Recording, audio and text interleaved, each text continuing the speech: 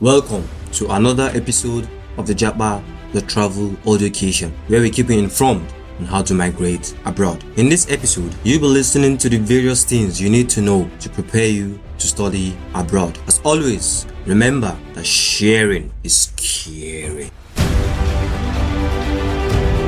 Now, when it comes to how do you prepare to study abroad, amongst many things that you should keep in mind, the first couple of things are one, when to start, how early should you start? The next thing would be the locations that you have to focus on. And then, what are the requirements? What will you need to get to that location, the destination? You want to start by making a short list of these things, and with this short list, it will then direct your path. But on the other hand, keeping the end in mind, which means what do you want to do after you study? This is also something that you have to consider in the preparation process. So this evening, I'm happy that we can chat about this. Maybe get one or two people onto the call, onto the talk, to share their ideas, share their experience, ask questions, or just say relevant things that are meaningful to the subject matter. The first question, how soon should you start preparing to study abroad? I would respond by saying as early as possible. And what does it mean as early as possible? You're studying, say, in your home country right now, the bachelor's degree, and you plan to go abroad for your master's degree. How soon should you start? Personally, in my case, I started preparing like 2 years in advance, but not everyone has to do this, right? The best case scenario would be maybe not in your final year. I don't think that's recommendable. Why? Because you have a lot to do in your final year. So the year before your final year would make a lot of sense for you to start preparing to study abroad then. And why is this important to start very early? So that you give yourself enough time to start gathering all the necessary information. I cannot overemphasize the importance of making connections. So connecting with people, asking them questions, and even more especially people in the location that you plan to travel to. If you start early, if you start well in advance, say the second to the last year of your study program, that if you're going for a bachelor or a master's degree, then this gives you enough time to shortlist the requirement and start to gather them. One important thing that takes a lot of time to get is your transcript of academic record, which is always needed when you want to study abroad.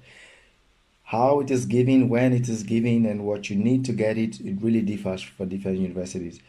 But if you start in advance, then you know exactly, okay, how best to get it ready before that time.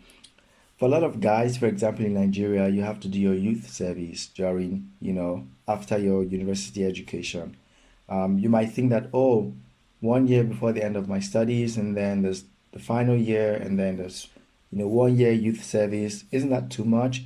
It's not a lot of time. The reason is because if you wait too much, if you wait so long towards the end, then you want to do everything in a rush, and most times it doesn't work out that way, and that's why you find people contacting me sometimes, and they are like, "Oh, I want to, move. I want to change my location in 6 months, in 3 months." Practically speaking, it doesn't go that fast. So back again, you're starting like um, the year before the final year in the university. You want to make sure that you start by shortlisting the schools, not even the schools first, the location. I like to say focus on the location. Why? Because it just helps you to narrow down your search. It helps you to narrow down the preparation. It helps you also to narrow down how long it takes you. Um, Location, there are a lot of things, a lot of factors to consider when it comes to location. One, how expensive is it in that location that you plan to go? The cost of living, the cost of the education there, you know. So finance comes into play, comes into question again. Not to forget the opportunities that are available for you as a student. Um, I feel like I'm being very thorough about this, but it's important. Why? Because at the end of the day, you'll find out that if you make the right preparations, you wouldn't have to do things over and over again. And this is, of course, essentially in an ideal situation. Sometimes you just stumble upon an opportunity and you may not necessarily have all the time to prepare. That's different. But given the time, given the um, given the time, why not prepare well in advance? You started with the short listing of the locations of interest. Now, based on the opportunities available for you during your studies and after your studies, this is really important. And then you narrow it down to, okay, do I need to pay or not? Do I need a scholarship or not? What are the student visa requirements of that country that I want to go to? You begin to check the student visa requirement. And again, if you started this like a year before your final year in the university, then you definitely have enough time to do all these things. So you don't have to do them in a hurry. The best part is you can also be connecting to people, you know.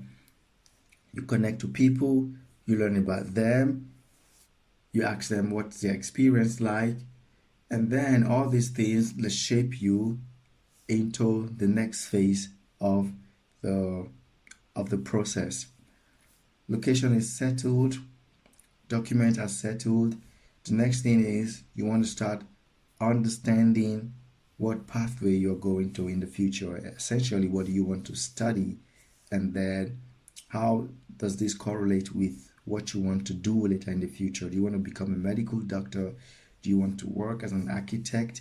Do you want to be a researcher within the molecular biology field? Do you want to be an engineer? You start thinking about all these things. Now, as you're doing these things, you're also, of course, still undergoing your undergraduate education. And you want to see that essentially what you studied at your undergraduate level relates to what you want to study at the university at the bachelor's level, and of course later in the future. I mean, it does not mean that you can't do something else, but this is just an ideal case, right? The next step would be reading through the scope or the course content of those courses that you feel you want to study. It is always important that you are happy that you like what you want to study. Let it be something that you want, and not necessarily because other people are doing it, or not because someone told you about it, but let it be because you sincerely have interest in that course. You see a future for yourself, and this time would be the period for you to start reading and going deeper into the subject. Now, what you're doing, you're learning about that subject of interest, you're learning about the career path in the future, and then you also begin to build your network slowly. You're connecting to people who are studying this program. This is very important. I cannot overemphasize the importance of connection. And again, this is, of course, an ideal situation. How to prepare to study abroad. It does not end after your studies. It goes beyond studying. So you study, what comes next? You have to be able to answer this question. So now, location is settled, requirement all settled. Basic requirement, of course. More specific requirement will come when you find out the course that you want to study. Now you're reading through those courses. Not forget that what you want to study cuts across what you've studied before, and also the career path that you want to choose for yourself in the future. And in all these, be sure that this is something that you sincerely have interest in, that you're passionate about. You make a short list of all the different schools or courses that you want to study in the different locations, ideally within one country or at most two locations. I personally do not recommend, looking for opportunities here and there. Decide one country and say, okay, this is the country that I want to focus. There is no one country that has it all. You will find some things in one country and you won't find some other things. That means there are some pros and then some cons. You have to weigh, like, okay, the opportunities that I see here, are they the most important for me? Are there enough for me?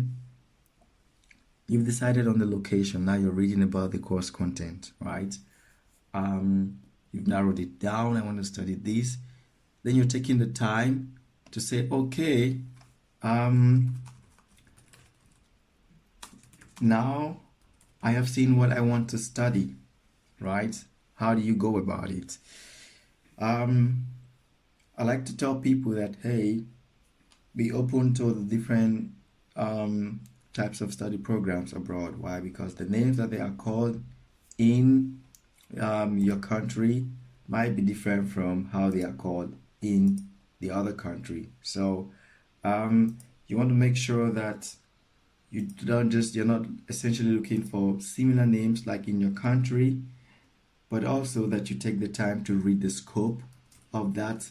You read the scope of the location that you're going to, and then you understand, you have, a deeper understanding of the course content.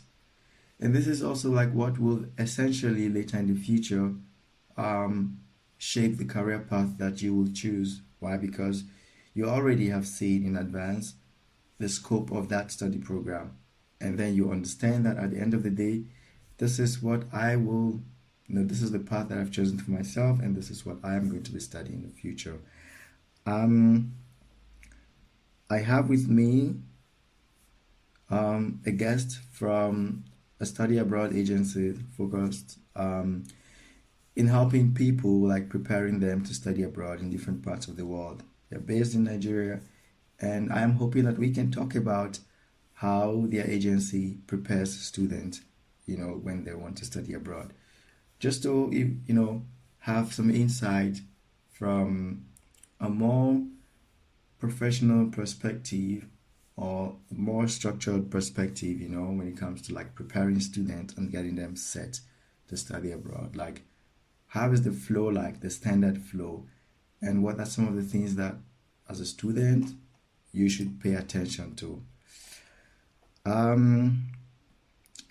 So, Oluwole, if you can hear me, I'm inviting you already to the talk so you can join me. Okay, so essentially, guys, for those of you listening now, later on the replay or the podcast much later, the goal here is to see how you as a student can prepare yourself well in advance to study abroad. The ideal situation, I tell people, hey, try as much as you can to start. Maybe if you're going for a master's program, say the second to your last year in the university.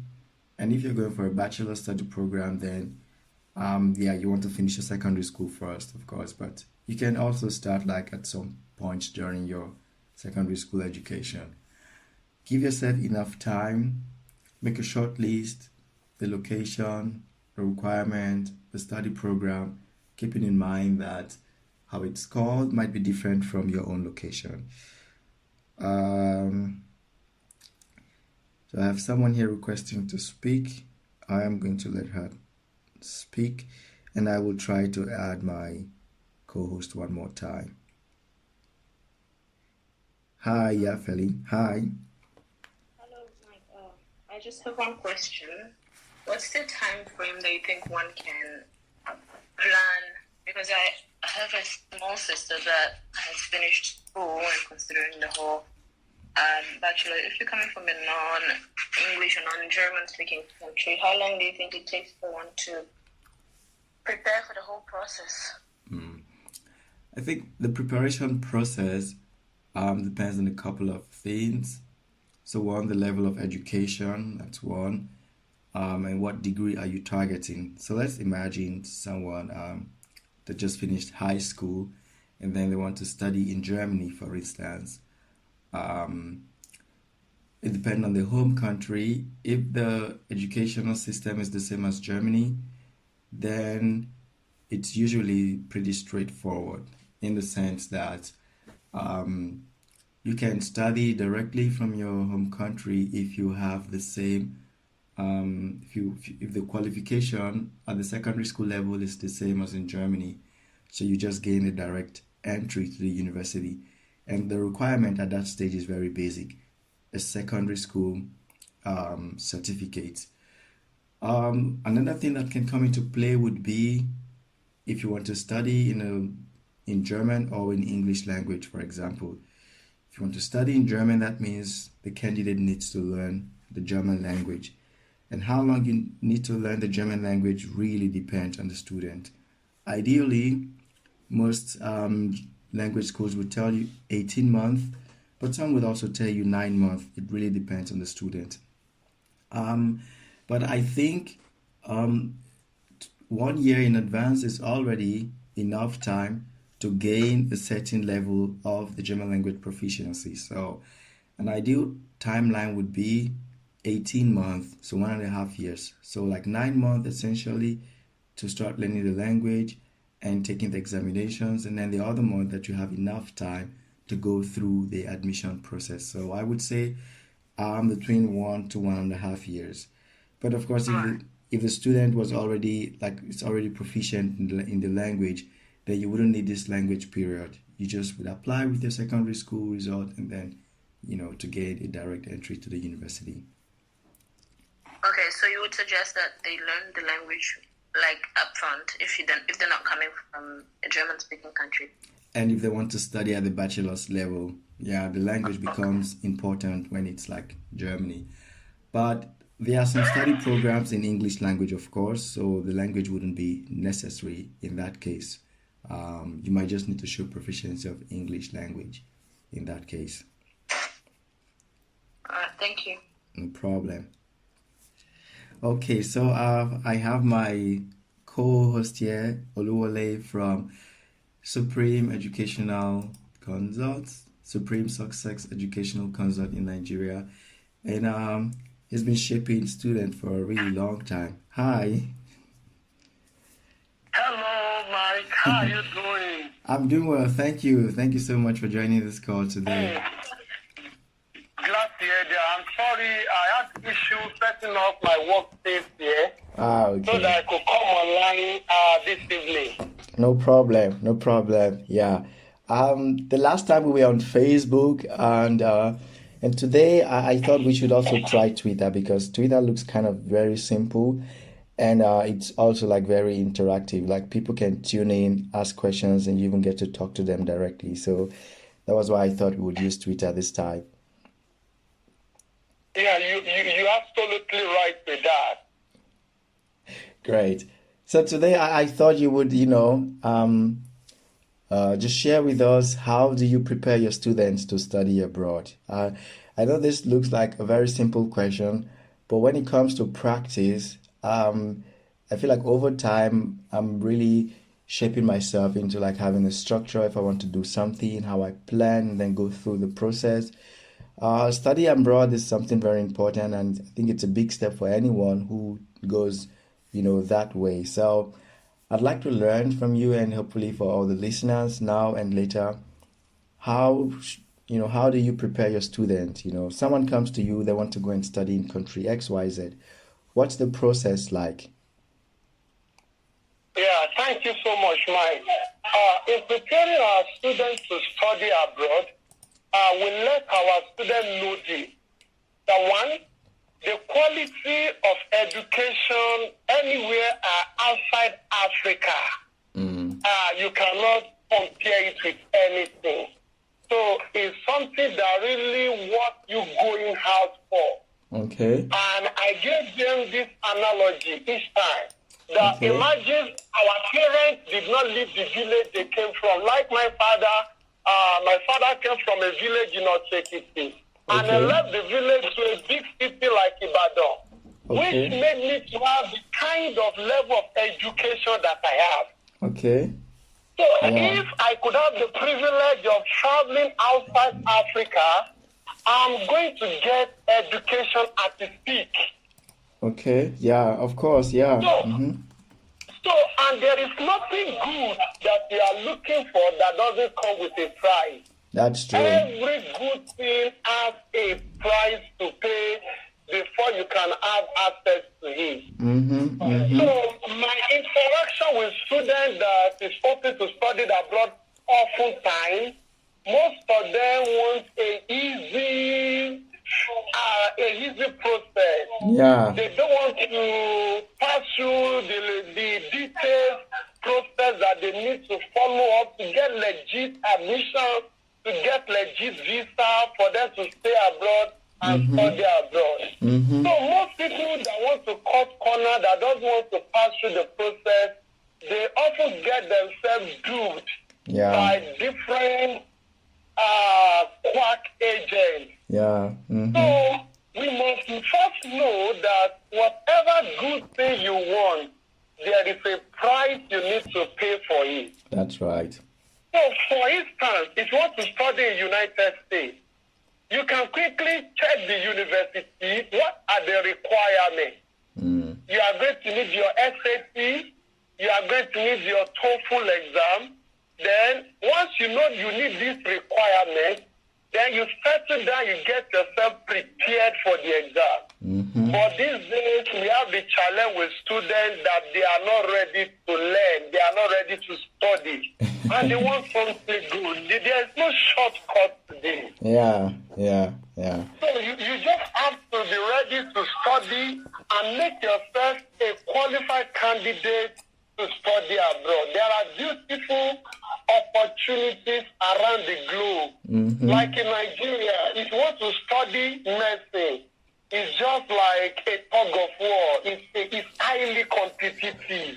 Yeah. Because the number of universities we have in Nigeria is very, very small. The capacity of students that can study in Nigeria university is not up to 800,000. And every year we have about 1.4 million applicants. Wow. No, that is like they're really undercapacitated. Exactly. Now compare with many other universities around Europe and US, that the ratio of lecturer to student ratio is very, very small. Unlike us in Nigeria, like my faculty engineering, the total number of professors we have in the whole faculty of about 10 departments is not up to 24. Wow. But over there in abroad, you will have more than enough lecturers. You have more than enough facilities, more than enough laboratories. So the facilities is there for anybody to take advantage of. The only thing you just need to do as an applicant interested in study abroad is to take about minimum of 10 months to prepare yourself. Yeah. That's right. Like if you want to study in some country that they are not English-speaking country, you need to learn their language. Yeah. And there are many applications that you can use to learn any language from anywhere around the world. Like my kids, they are like 8 years old, 6 years old. I have Duolingo app on my phone with which they learn French. Okay. And they are doing fine with that. They are doing fine with that. So you can learn any language. Like a lady asked a question the other time that how long will it take to prepare to study in Germany? You just need some proficiency in German language to get access to free education in Germany. That's right. Yeah. So if you can just take your time, minimum of 6 months, prepare yourself for the language, learn the language, write the exam to certify you as a good user of German language, at least to some level of proficiency. Then you will have access to quite a number of universities. They will be glad to have you in their classrooms. Okay. So the challenge is preparing ourselves to meet up with the opportunity. Yeah. So if you are thinking of going to United States, there is a must for you to write TOEFL and to write SAT. In my place, we train students for 3 months for this exam. 3 months, and they are doing fine. Like today, where I start in Nigeria today, I have about 12 students that are prepared for the exam. 3 months. Is 3 months really? And so far from the results that you get from the candidates, 3 months is enough time for them to be prepared. enough for a student that is average performance. If you have a student that is average performance, he has a performing between average and above average. Okay. 3 months is fine to prepare them for SAT and TOEFL exam. And like how many hours per week do they spend learning? So how many days do they come to classes in a week? And Yeah, we give them 2 hours lectures every day for 5 times in a week. okay, sounds solid. Okay. So what I would like to know now is, for example, so if you could just walk me through the simple steps. So let's say someone is just finishing their secondary school and they're interested in studying abroad. The destination is not known, but they have interest to further their education abroad because maybe, for instance, like some of the challenges you mentioned now, not enough universities, in the country to study. So they want to like go abroad to study, to have a better education. How would you describe the simple steps, say from, A to Z, from, Yeah, the first step is to pick minimum of 5 different countries you would like to study. okay, Pick minimum of 5 different countries. You can think of Europe, you can think of Asia, you can think of America. okay, So you can decide to pick two countries from this, or you can decide, okay, I want to concentrate on United States. You can decide, I want to go and have my education in Germany. You can decide, you first need to decide your destination. Where do Okay. you wish to study? Because all these countries have different entry requirements. That's They right. have different times of the year they roll out their applications. So the first thing you need to do as an applicant is to define your destination. Which country do you want to study? So I will pick 5 universities in a particular continent or in a particular country. You've decided the country of your choice. Then you can now also decide to pick 5 different universities From that each you of would them? like to study. From each of them, exactly. I said you can decide to pick 5 countries you want to study, or you pick 5 states in a country that you want to study, and at the same time, you cannot pick. The second thing you need to do is to pick 5 universities you would like to study. Okay. So having picked these 5 universities, the next thing is to send an email to the admission office to ask for the requirements. What does it take to have an undergraduate admission or postgraduate admission in your noble university? They will be glad to give you response about their requirements. So once you look at the requirements, certainly you are going to need an international passport. Yeah. You are going to need your O-level result, which if you come from Nigeria, you are going to need WAEC or NECO or your NAPTEP result. So then most of them will demand you write SAT and also you write TOEFL or you write IELTS. So once you know that all these universities, even if they said they are waiving those exams for you, I will still advise that you Okay. write those exams, because your good performance for those exams is going to grant you scholarship opportunity. Okay. But if you can self-sponsor yourself, if you can afford to sponsor your education, you have someone that could sponsor you, then you can look for universities that will accept your credit pass in English in your WAEC result as a proficiency of English language. There are many universities that will accept that from you. Then you can self-sponsor yourself in any of these universities around the world. So I will pick 5 universities, determine the time of their entry requirement. Then you need to know the time of their application. So once you know the time of the application, then you start right away to apply. And if you are going to have any challenge with all this process, you need someone to walk you through this process yeah, that is when you need an expert like our organization. We do that. We help you to process, to settle down, from time to prepare you, to get you qualified for the position, to settle down in the university around the world. Okay. I have a couple of questions here, or more or less like concerns. You mentioned up to 5 countries. Don't you think Yeah. 5 countries may be too much? And like 5 countries, where, like, which locations will those be typically? And for a candidate, 5 countries, I feel like 5 countries will be too much. Why? Because the opportunities that you find in countries are really different. And as a candidate who's going to study abroad, it doesn't end after studying abroad. You study and then you want to do something, maybe come back to your home country or work in that country to gain some experience. But why do you think a minimum of 5 countries? I feel like 5 is too much. Oh, thank you. Yeah, the reason I pick 5 is this. Some of us, you will be doubting which country should you pick. So from inception, first narrow your top down to 5 countries.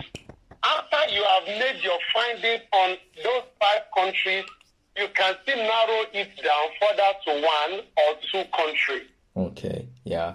I think, You understand me? yeah. So for you to have a good knowledge, you can just pick 5 countries, then make your research on those 5 countries. Okay, Then from okay. those 5 countries, you can now narrow down to 1 or 2 countries Yeah. to concentrate your application on. Yeah, totally. I agree with that. Yeah. Like the first selection, and then you narrow it down to like 1 or 2 countries.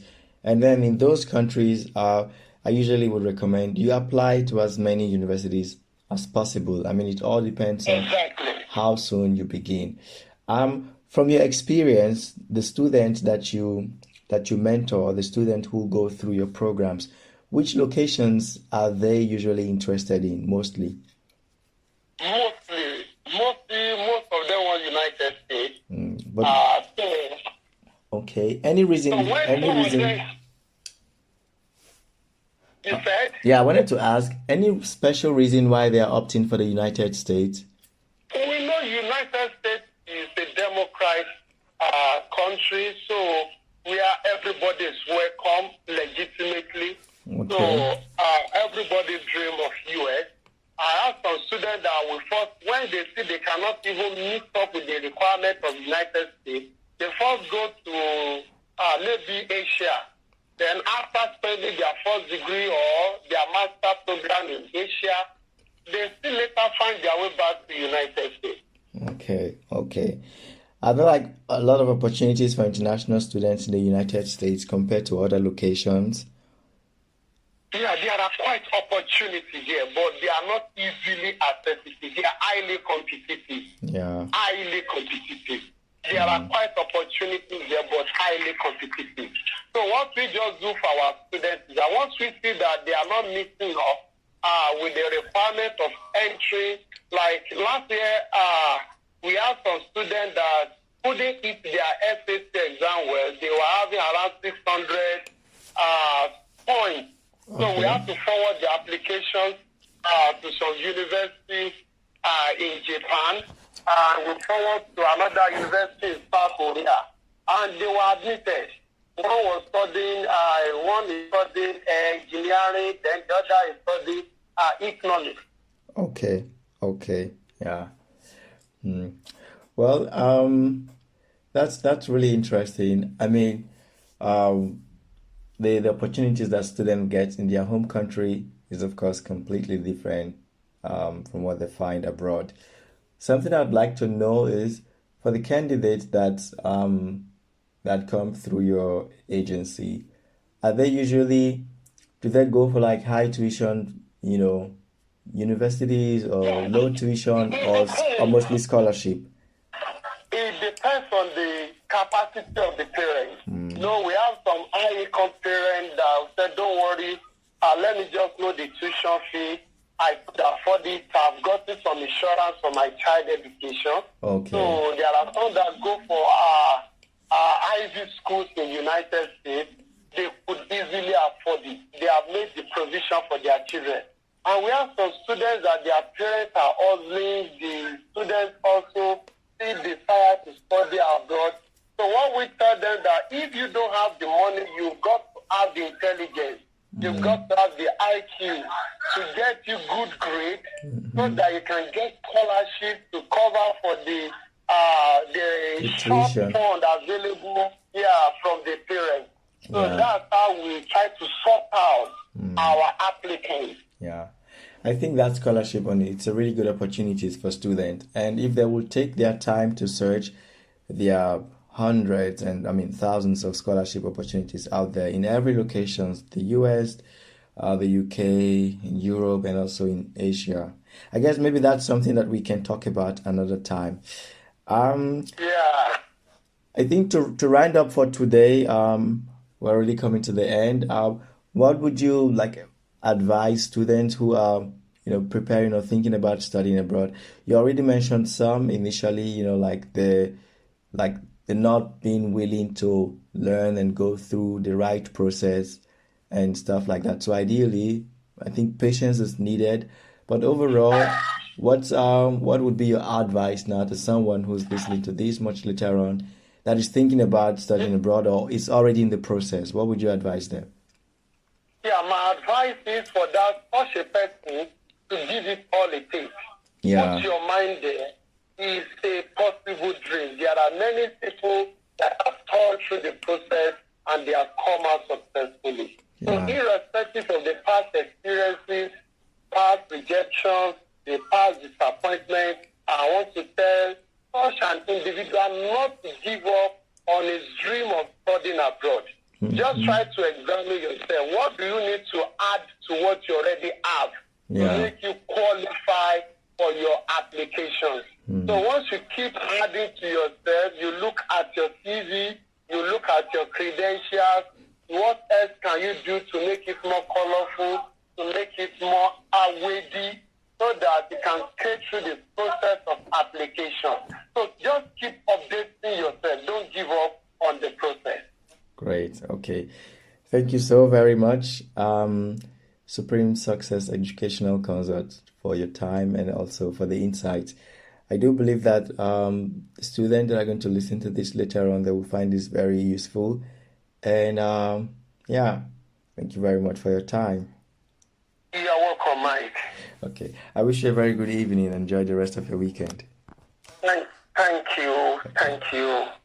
All right. Bye for now. Thank you for listening till the end. Our contact details are in the description. Remember to share because you care.